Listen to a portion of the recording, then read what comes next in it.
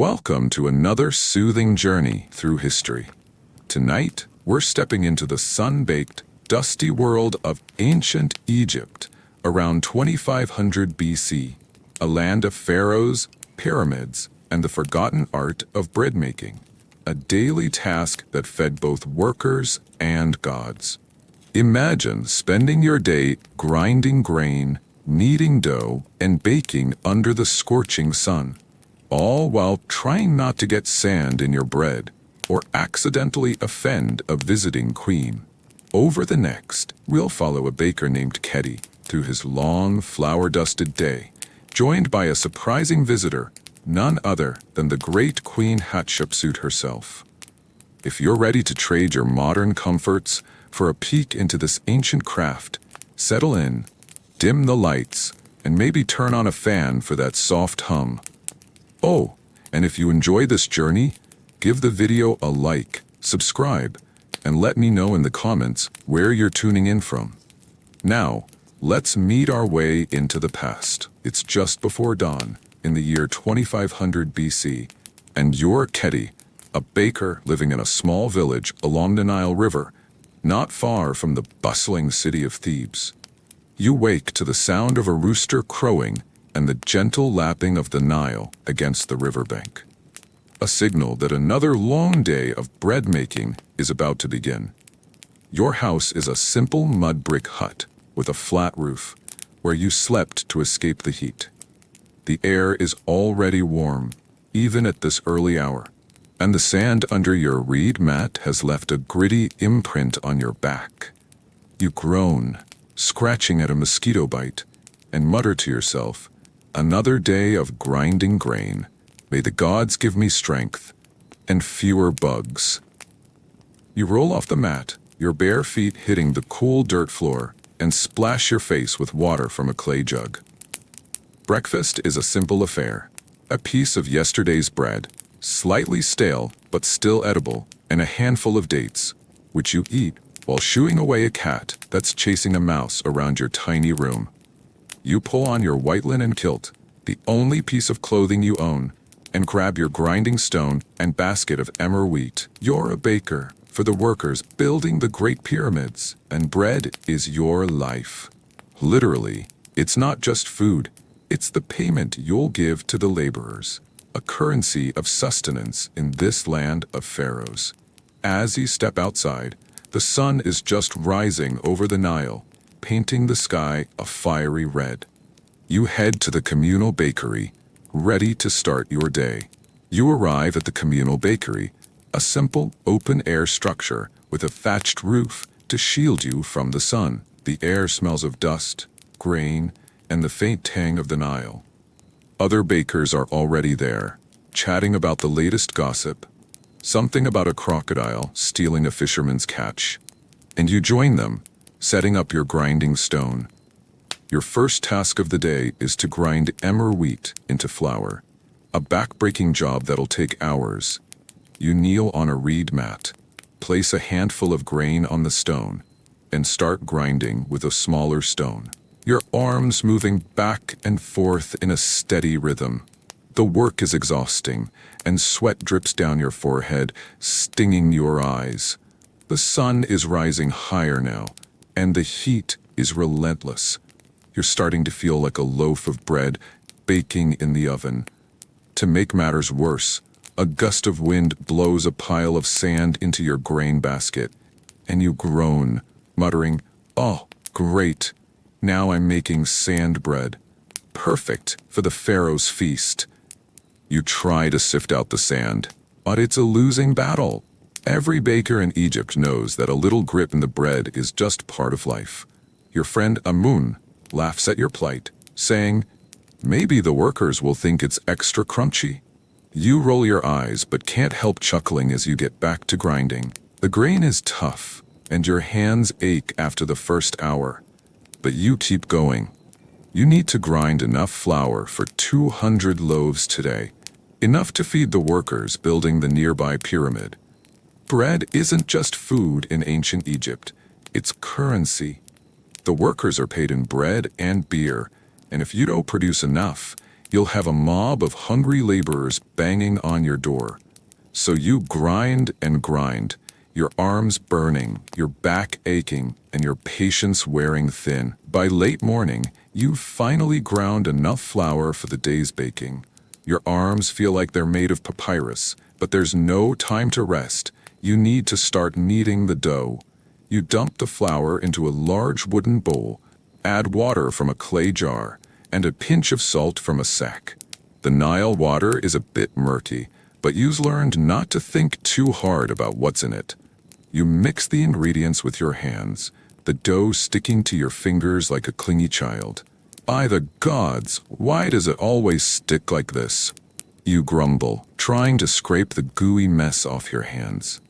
Amun, who's kneading his own dough nearby, laughs at your struggle. You look like you're wrestling a crocodile, Khety, he teases, holding up his own perfectly formed dough ball with a smug grin. You glare at him, but can't help laughing as you flick a bit of dough at him. It lands on his kilt with a satisfying splat, and he yelps, "You'll pay for that." The two of you share a chuckle, the kind of camaraderie that makes long days bearable. But the dough isn't done with you yet. It's too sticky, so you add more flour, only to realize you've added too much, and now it's crumbling like sand. You sigh, starting over, muttering to yourself, "If I wanted to make sand bread, I'd just bake the desert." Kneading takes time, and your hands are covered in dough by the end of it. You finally get the consistency right, soft but firm, perfect for shaping into loaves.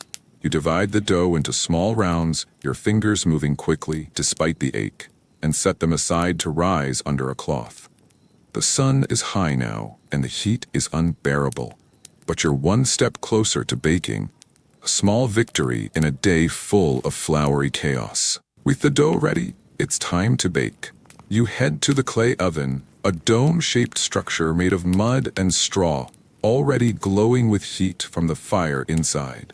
You stoke the fire with dried palm fronds, the flames leaping up with a crackle, and the heat hits you like a slap from Ra himself.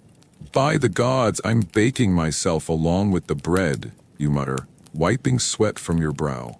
You shape the dough into flat, round loaves, placing them on a wooden paddle to slide into the oven. But baking is a tricky business.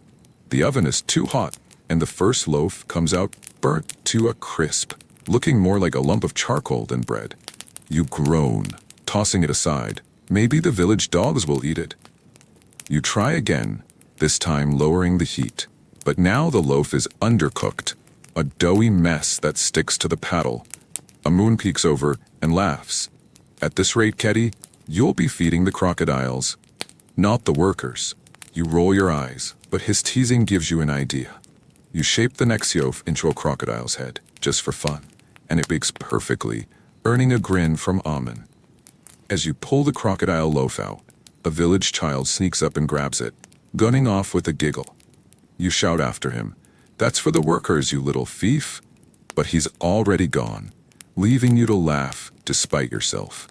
You keep baking, finally getting the hang of the oven's temperamental heat, and soon you have a pile of golden loaves ready for the workers. As you're stacking the freshly baked loaves, a commotion erupts outside the bakery. You peek out and nearly drop your paddle. Queen Hatshepsut herself is approaching, surrounded by her entourage of guards and scribes. Hatshepsut, one of Egypt's greatest female pharaohs, is inspecting the villages supplying the pyramid workers. And today, she's chosen your bakery. Her golden headdress gleams in the sun, and her blue kilt is adorned with symbols of power, making her look like a goddess descended to earth. You bow low, your heart racing. Hatshepsut is known for her strict standards, and a bad impression could cost you your livelihood. "Greetings, great queen, daughter of Amun-Ra," you stammer, trying to sound respectful while sweating buckets. She nods, her expression stern, and begins inspecting your loaves. "These are for the workers building my father's pyramid?" she asks, her voice sharp. You nod, holding up a loaf, but in your nervousness, you drop it right into the sand. "Oh no, not again," you mutter, earning a raised eyebrow from Hatshepsut. Amun whispers, "Nice one, Khety. Now she'll feed us to the crocodiles." But to your surprise, Hatshepsut smiles faintly. "Sand in the bread is a small price for honest work," she says, picking up another loaf. "Keep feeding my workers well, and the gods will bless you." She leaves with her entourage, and you collapse in relief, muttering, "I'll take sand over crocodiles any day." With the bread baked, it's time to deliver it to the pyramid workers. You load the loaves into a large basket, balancing it on your head, and set off toward the construction site, a massive pyramid rising against the horizon, a monument to Pharaoh Khufu. The journey is short, but grueling under the midday sun, and by the time you arrive, your kilt is soaked with sweat, and you're dreaming of a dip in the Nile. The workers are hauling massive limestone blocks, their chants echoing across the site. They're a rough bunch, covered in dust and sweat, but they grin when they see you coming. "Khety's here with the bread," one shouts, and soon you're surrounded by hungry laborers. You hand out the loaves, each one a payment for their day's work. Bread and beer are the currency of the pyramid builders. One worker, a burly man named Ta, tries to trade his loaf for an extra jug of beer, winking at you. "Come on, Khety, I hauled 20 stones today. Give me a break." You laugh, shaking your head. "You'll eat the bread and thank me for it." "Pa, beer doesn't build pyramids." The workers devour the bread, some breaking off pieces to share with their friends. You notice a few grimaces, probably from the sand, but no one complains too loudly. They're grateful for the food, and you feel a small swell of pride knowing your bread keeps them going. As you hand out the last loaf, you sit down for a moment, watching the pyramid rise, stone by stone, a testament to the power of Egypt and the power of bread. As you return to the bakery, you take a moment to reflect on the importance of bread in ancient Egypt. Bread isn't just food here, it's life itself. It's the staple of every meal, from the humblest farmer to the mightiest pharaoh. It's so essential that it's even used as payment for workers, a kind of edible currency that keeps the entire kingdom running. You've heard that the workers building the pyramids eat up to 10 loaves a day, along with onions, garlic, and beer, a diet that keeps them strong for their grueling labor. But bread is also sacred. In temples, priests offer loaves to the gods, placing them on altars alongside honey, fruit, and wine. You've seen this yourself at the local temple of Osiris, where the priests bake special loaves shaped like the Ankh, the symbol of life, to honor the god of the afterlife.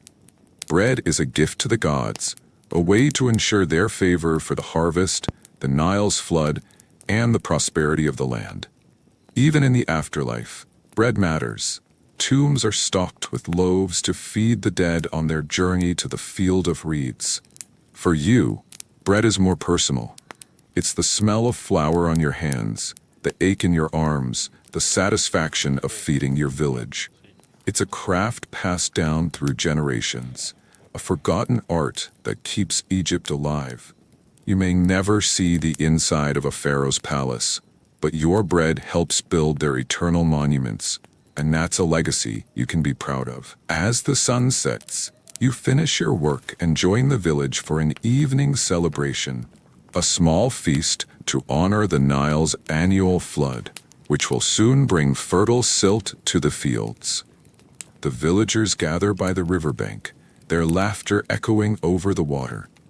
You bring a basket of extra loaves, sharing them with your neighbors, who greet you with cheers. "Khety's bread, better than the pharaoh's feast," one woman jokes, and you laugh, handing her a loaf. The feast is simple, but joyful. There's bread, of course, along with roasted fish, dates, and jars of beer, brewed by the village women.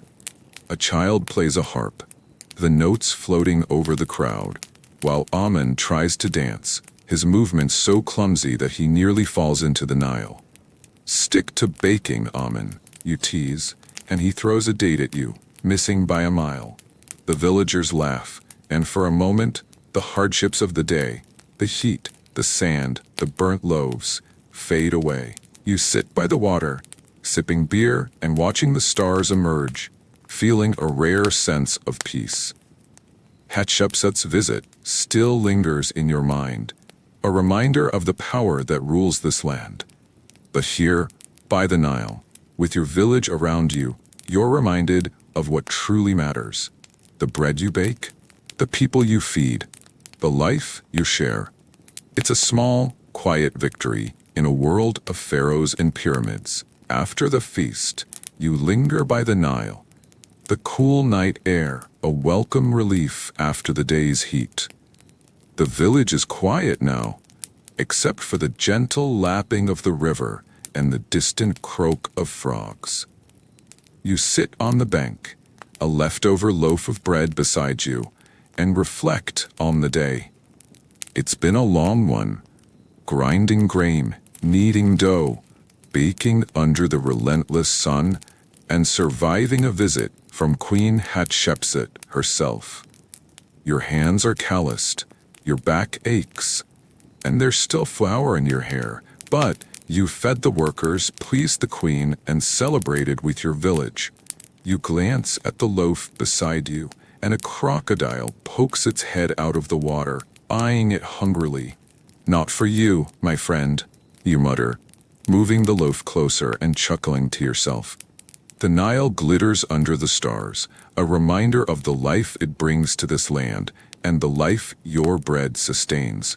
You're just a baker, a small part of Egypt's vast machine, but your work matters. The pyramids will rise, the gods will be honored, and the people will eat, all because of the forgotten art you practice every day. You lie back on the cool sand, closing your eyes as the sounds of the Nile lull you to sleep. Another day as an ancient Egyptian baker is done, and you've survived to do it all again tomorrow.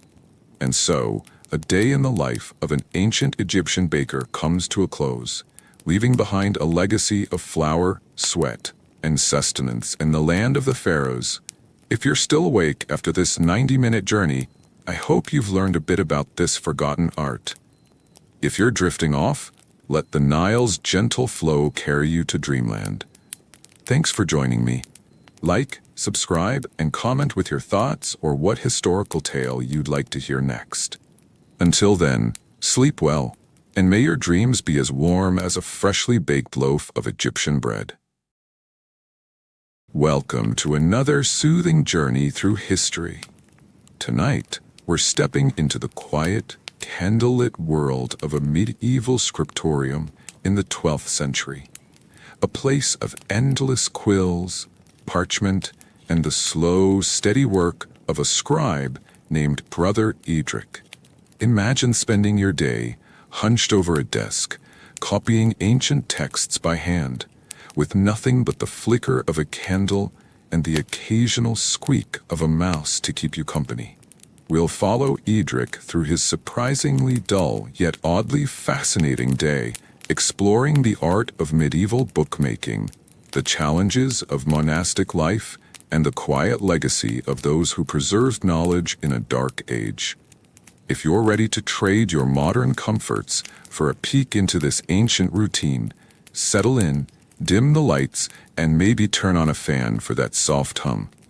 Oh, and if you enjoy this journey, give the video a like, subscribe, and let me know in the comments where you're tuning in from. Now, let's turn the page and step into the past. It's just before dawn in the year 1150, and your brother Edric, a monk and scribe living in a Benedictine monastery in northern England. You wake to the sound of the morning bell, its deep clang echoing through the stone corridors of the monastery, a signal for the first prayers of the day. Lauds. Your cell is a tiny room, barely big enough for a straw bed, a wooden stool, and a small table. The walls are cold stone, and the air is so chilly you can see your breath, like tiny clouds in the dim light filtering through a narrow window. Your bed is a simple straw mat covered with a scratchy wool blanket, and let's just say the fleas have decided you're their personal buffet. You roll out of bed, your joints creaking from the cold, and kneel on the icy floor to say a quick prayer. "Give me strength for another day of quills and parchment," you mutter, hoping for a miracle to make the scriptorium a little warmer today. You pull on your gray monastic robe, the rough wool itching against your skin, and slip into a pair of worn leather sandals. Breakfast isn't a thing yet. Monks like you eat only twice a day, and the first meal won't come until after morning prayers. Your stomach grumbles, but you ignore it, grabbing your rosary beads and heading out into the cloister. The monastery is quiet except for the shuffle of other monks' sandals as they make their way to the chapel. The air smells of damp stone, candle wax, and the faint whiff of yesterday's barley soup. You pass the herb garden, where Brother Thomas is already tending to the rosemary and lavender, his breath visible in the frosty morning. The chapel is dimly lit with flickering candles, and you join the other monks in chanting psalms, your voice blending with theirs in a low, rhythmic hum. It's a moment of peace before the long day ahead. A day of copying manuscripts in the scriptorium where your real work begins. After morning prayers, you head to the refectory for a simple meal. A bowl of barley porridge and a piece of coarse bread, washed down with watered-down ale. It's not exactly a feast, but it fills your stomach enough to face the day. You make your way to the scriptorium, a small room in the monastery where the monks copy manuscripts. The scriptorium is a quiet, cold space, with stone walls and narrow windows that let in just enough light to see your work. Wooden desks are lined up in rows, each one holding a slanted writing surface, an ink pot, a quill, and a pile of parchment. You settle at your desk, your breath visible in the chilly air. Your task today is to copy a Latin translation of Aristotle's Physics, a book the abbot wants for the monastery library. First, you need to prepare your tools. You pick up a goose feather quill, carefully trimming the tip with a small knife to create a sharp nib. Too sharp, and it'll tear the parchment. Too blunt, and your letters will look like a child's scribbles. You mix ink in a small pot, grinding a lump of black pigment with water and a bit of gum arabic to make it stick. You dip your quill, but in your sleepy haze you knock the ink pot over, sending a black puddle across the desk. You mutter a prayer for patience as you mop it up with a rag, hoping the abbot doesn't notice the stain on your sleeve. Next, you prepare the parchment, which is made from sheepskin, stretched, scraped, and dried until it's smooth. It's expensive stuff, and every sheet is precious, so you can't afford to make mistakes. You rule the page with faint lines using a lead stylus, creating a grid to keep your writing neat. The parchment smells faintly of animal hide, and you notice a small tear in the corner, probably from a clumsy novice. You sigh, knowing you'll have to work around it. Finally, you light a small candle for extra light. Its flame flickering in the drafty room. You're ready to start copying, but the real challenge is just beginning. With your tools ready, you begin the slow, painstaking work of copying Aristotle's Physics.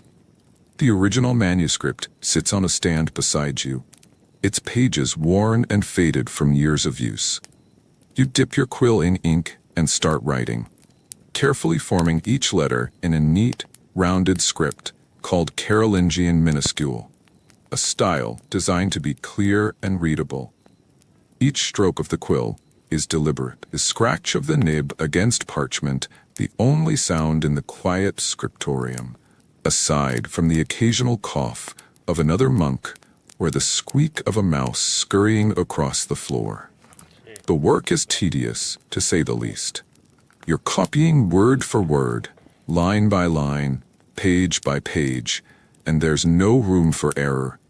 If you make a mistake, you can't just cross it out. Parchment is too precious for that. Instead, you have to scrape the ink off with a knife, which leaves a rough spot that might tear if you're not careful. Your hand cramps after the first hour, and your back aches from hunching over the desk. The candlelight flickers, making your eyes strain, and you have to squint to read the faded text of the original. Every so often, you pause to stretch your fingers, muttering a prayer for patience as a mouse steals a crumb from your desk. You glare at it, but it's too quick for you to catch. The monotony is mind-numbing. You've been copying the same passage for hours, and you're only halfway through the page. Your mind starts to wander. Maybe you should have joined the monks in the herb garden instead. But a sharp reprimand from Brother Anselm, the head scribe, snaps you back to focus. Adric, stop daydreaming. The abbot wants this done by Vespers. You nod, dipping your quill again, and keep going. It's not glamorous work, but it's important. Books are rare and precious in the Middle Ages, and your copies help preserve knowledge for future generations. As the morning drags on, the challenges of scriptorian work become painfully clear. The cold is a constant enemy. The scriptorium is unheated, and your fingers are numb from the chill. You blow on them to keep them warm, but it doesn't help much. The candle you're using for light keeps dripping wax onto the desk, and once a drop lands on your parchment, smudging a letter you just wrote. You groan, scraping it off with your knife, but the spot looks uneven now, and you know Brother Anselm will notice. Sure enough, he glances over from his desk and snaps, "Edric, if you ruin that page, you'll be saying extra prayers tonight." You mutter an apology, but inside, you're wondering if copying books is worth all this trouble. Then, there's the ink. It's a finicky mixture, and if you don't get the consistency just right, it either clumps on the quill or spreads too thin, making your letters look like spiderwebs. You've already had to remake the ink twice today because it keeps drying out in the cold air. And don't even get started on the quills. They wear out quickly, and you have to stop every hour to trim a new one. Once, you trim it too sharply and end up tearing the parchment, leaving a small hole in the middle of a sentence. You sigh, knowing you'll have to stitch it up later with a needle and thread, a tedious task that'll take up the rest of your morning. Monastic life adds its own challenges. Silence is the rule in the scriptorium. No talking, no humming, just the scratch of quills and the occasional cough. It's meant to keep you focused, but it also makes the day feel endless. You're not even allowed to leave for a break unless it's time for prayers or meals. Your stomach grumbles as you think of the midday meal, more bread and a bowl of watery vegetable stew, but that's still hours away. For now, you're stuck at your desk, copying line after line with only the mice for company. Finally, the bell rings for sext, the midday prayer, signaling a break from your work. You set down your quill, stretch your cramped fingers, and join the other monks in the chapel for a brief service. After prayers, you head to the refectory for lunch, a simple meal of barley bread, a bowl of vegetable stew made with turnips and leeks, and a small cup of ale. The stew is lukewarm and a bit bland, but after hours of copying, it tastes like a feast. You sit at a long wooden table, with the other monks, eating in silence as one of them reads a passage from the Bible aloud, a monastery rule to keep your mind on holy thoughts. Despite the silence, there's a small moment of chaos when Brother Cuthbert, a clumsy novice, accidentally spills his stew across the table. You stifle a laugh as he scrambles to clean it up, earning a stern look from the abbot. For a moment, you feel a sense of camaraderie with your fellow monks. You're all in this together, fleas and all. After the meal, you're allowed a short walk in the cloister, a covered walkway surrounding the monastery's courtyard. The air is crisp, and the herb garden smells of lavender and rosemary, a welcome change from the musty scriptorium. You stretch your legs, feeling the sun on your face, and for a brief moment, the day doesn't feel so endless. But the break is short-lived. The bell rings again, calling you back to the scriptorium. You sigh, knowing you've got another long stretch of copying ahead. As you return to your desk, you notice the mouse from earlier has stolen another crumb. You're starting to think it's mocking you. You dip your quill in ink and get back to work, the scratch of the nib against parchment filling the quiet room once more. As the afternoon sun filters through the scriptorium's narrow windows, you take a moment to appreciate the importance of your work. Books in the Middle Ages are rare and precious. There's no printing press yet, so every book has to be copied by hand. Monasteries like yours are the guardians of knowledge, preserving ancient texts like Aristotle, the Bible, and the writings of early Christian fathers. Without scribes like you, this knowledge would be lost to time, buried under the chaos of the times. The manuscript you are copying, Aristotle's Physics, is part of the monastery's growing library, a collection that will be used by monks, scholars, and even visiting nobles. But copying isn't just about the words, it's an art form. You're not just writing, you're creating a book that might last for centuries. Every so often, you add a decorative touch, like an illuminated initial, a large, ornate letter at the start of a chapter, painted with red and blue ink and a bit of gold leaf. It's a small moment of creativity in an otherwise monotonous day, and you take pride in making the letter as beautiful as you can, even if your hand shakes from the cold. The process of making a book is a labor of love. The parchment comes from sheepskin, prepared by other monks who spend days scraping and stretching the hides. The ink is made from oak galls and iron salts, a recipe that took years to perfect. The quills are plucked from geese, and the gold leaf comes from a merchant in the nearest town, a rare luxury for the monastery.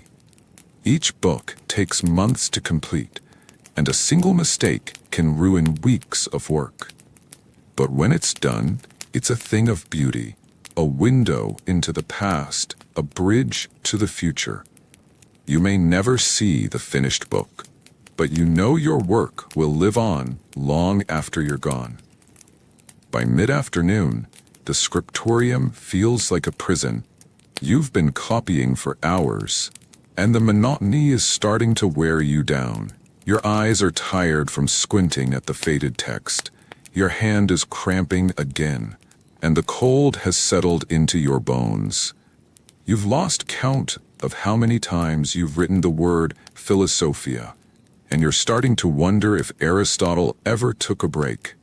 The silence of the scriptorium is oppressive, broken only by the scratch of quills and the occasional cough from Brother Anselm. You try to stay focused, but distractions keep creeping in.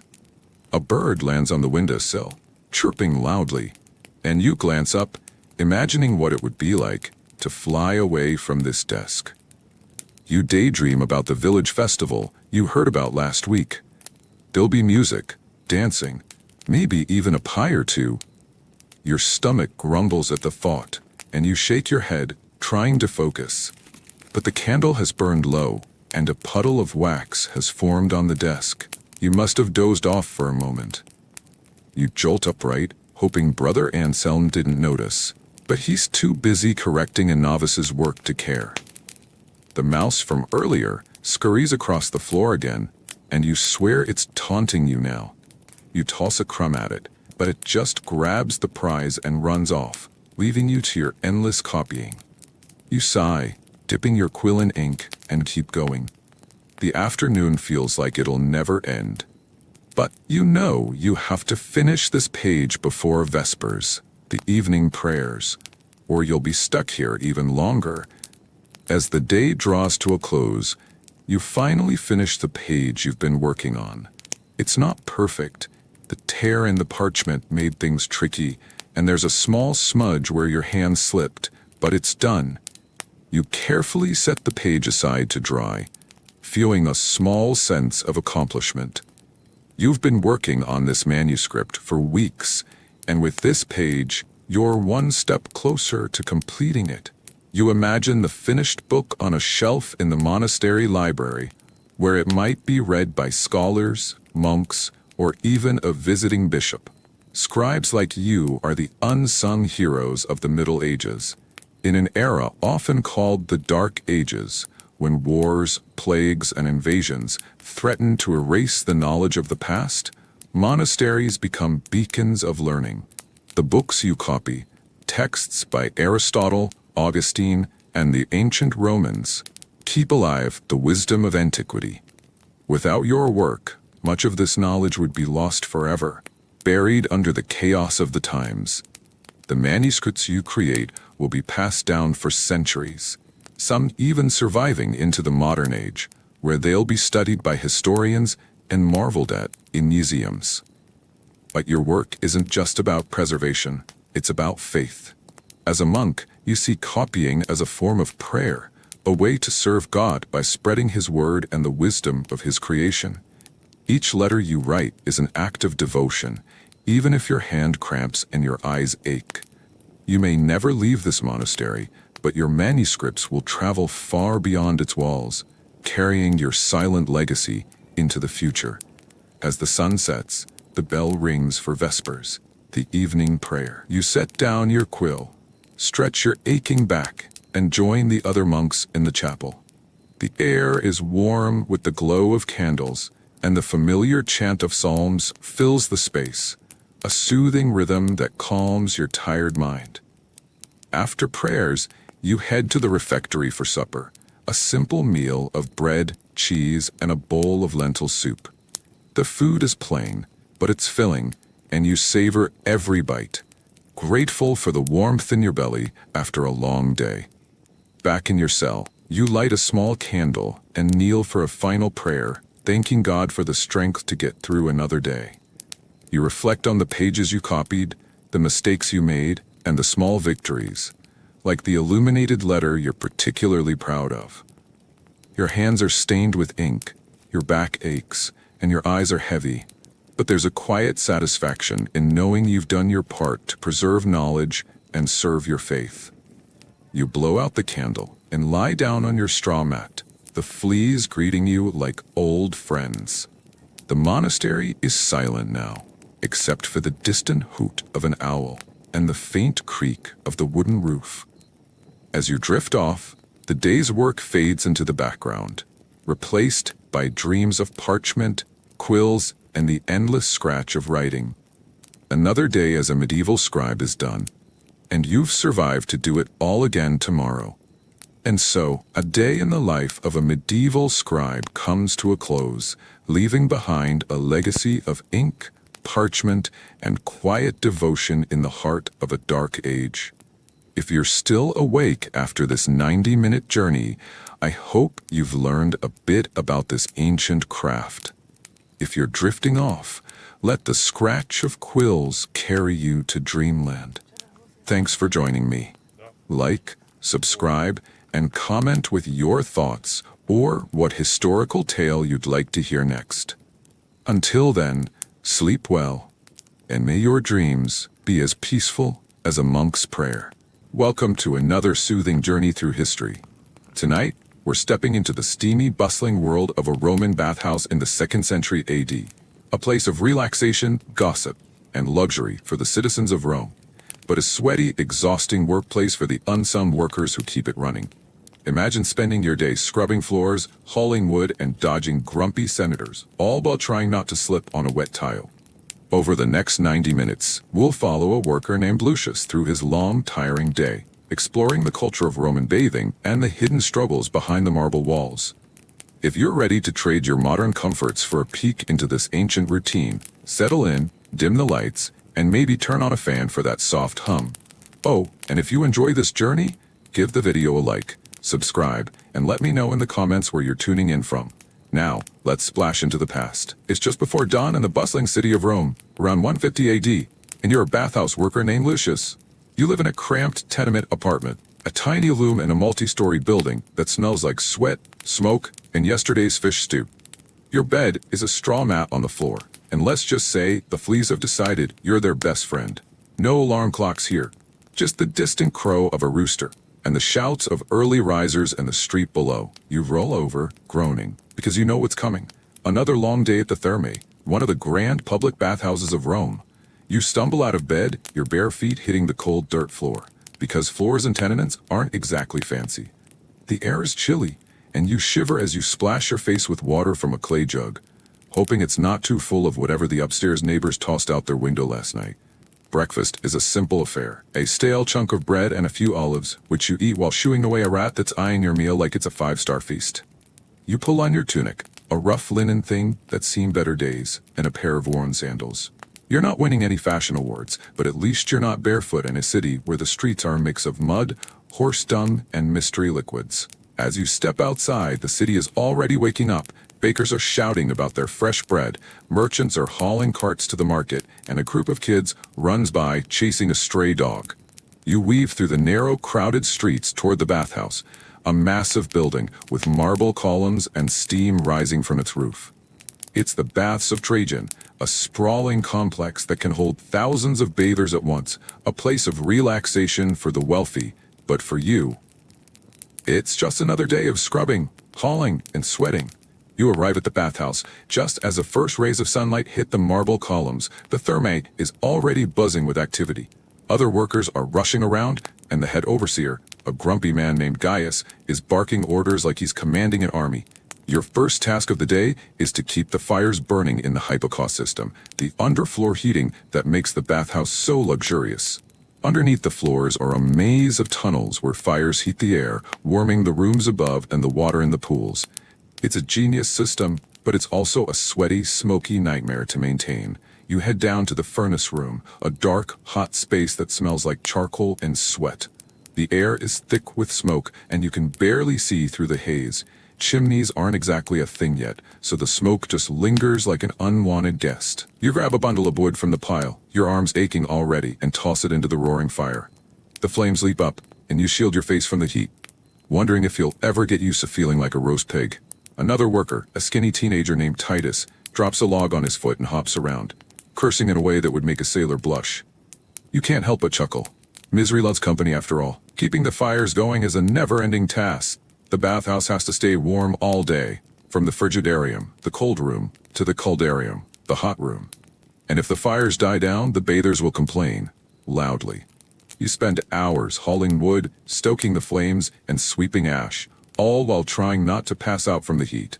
Gaius pokes his head in every so often, shouting, "Faster, Lucius, the senators are coming at noon. And they'll have my head, if the water's not scalding." You mutter under your breath that he's welcome to stoke the fires himself, but you keep working. After all, you need this job. Your wages, a few bronze coins a day, are just enough to keep you fed and housed. By mid-morning, the fires are roaring, and the bathhouse is ready for its first wave of visitors, but before the doors open, you've got another job, cleaning. The bathhouse is a marvel of engineering, marble floors, mosaic walls, and steaming pools, but it's also a mess.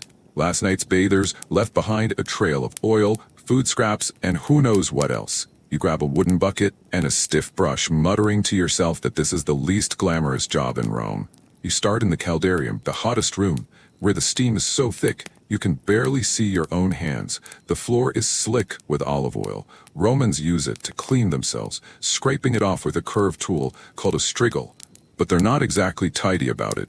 You scrub the tiles, your knees aching, while sweat drips down your face. Just as you're making progress, a wealthy Roman named Senator Flavius bursts in, wrapped in a toga, and immediately slips on the wet floor, dropping his oil flask with a crash.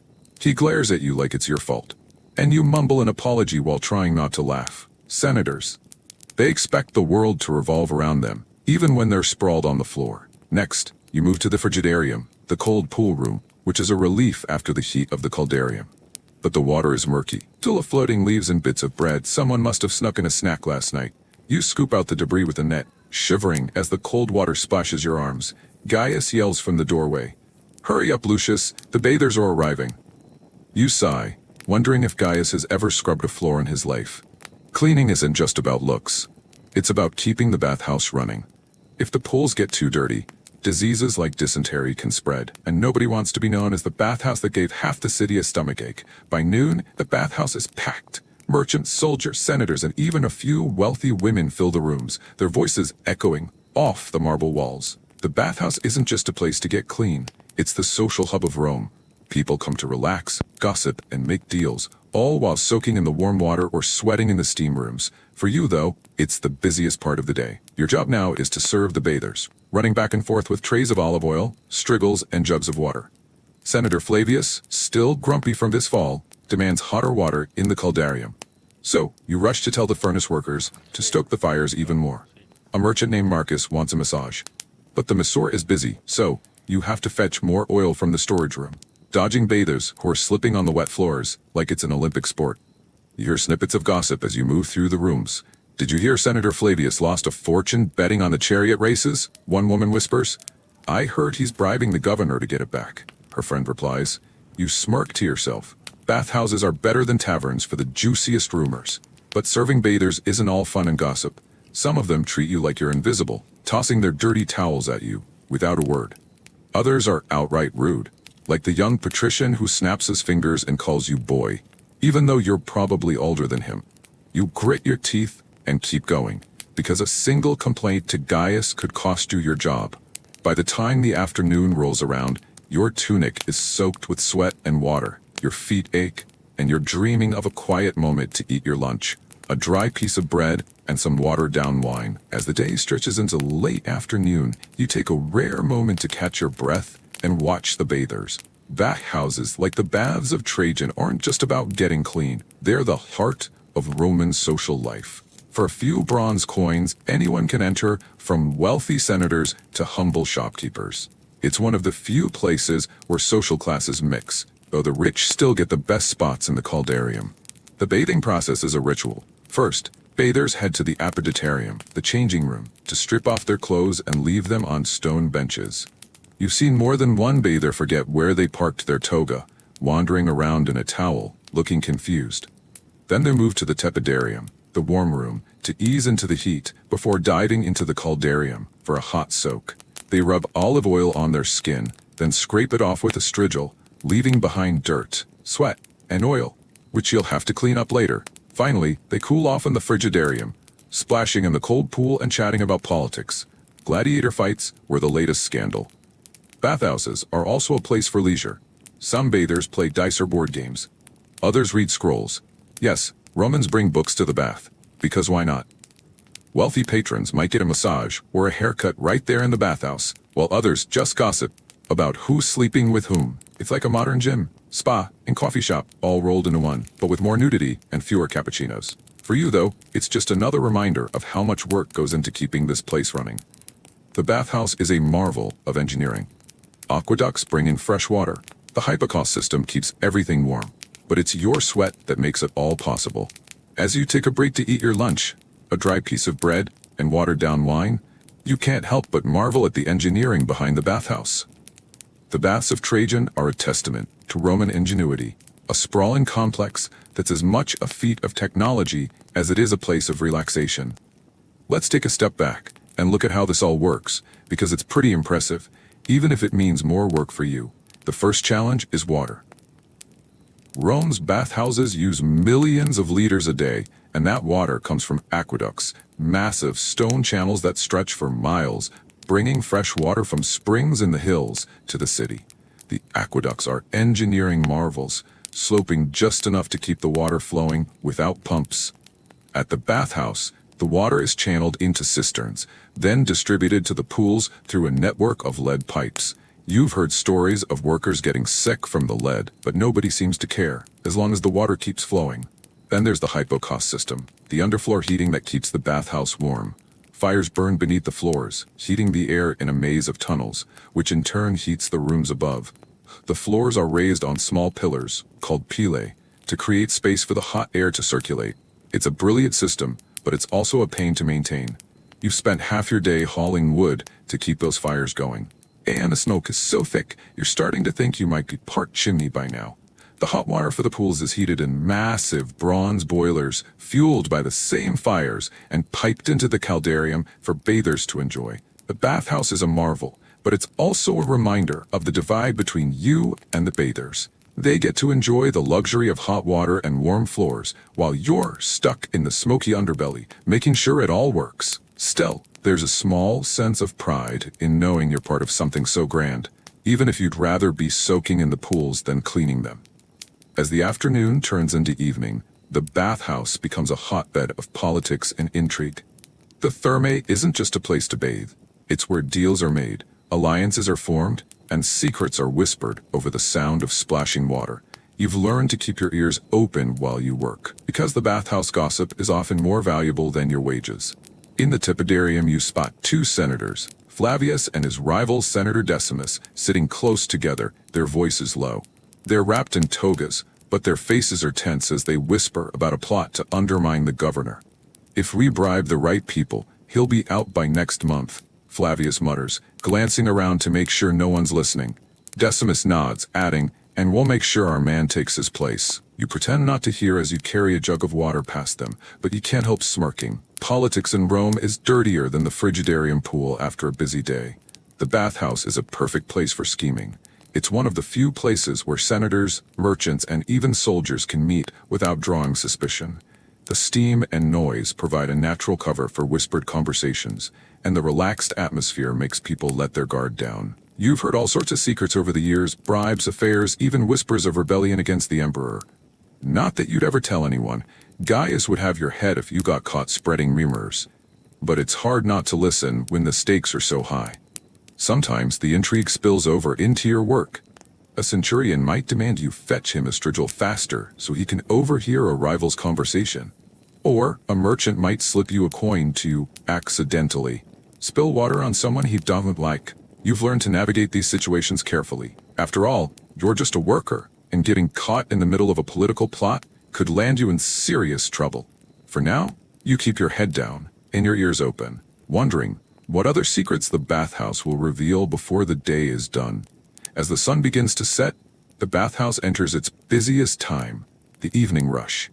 This is when the workers who've been toiling all day come to unwind, along with a rowdier crowd looking to drink and socialize. The air is thick with steam and the smell of wine, and the noise level is deafening. Laughter, shouting, and the splash of water echo off the marble walls. You're running on fumes now, but there's no time to rest. A group of drunken merchants has taken over the caldarium, singing off-key and spilling wine everywhere. You rush over with a tray of towels trying to clean up the mess before Gaius notices, but one of them grabs your arm and slurs, "More wine, boy, and make it quick." You politely explain that you're not a waiter, but he's too drunk to care, so you fetch a jug of wine just to keep the peace. As you turn to leave, another bather, a soldier fresh from the frontier, accidentally knocks the jug out of your hands and it shatters on the floor. The merchants laugh, but Gaius glares at you from across the room, and you know you'll be paying for that jug out of your wages. The evening rush brings other challenges too.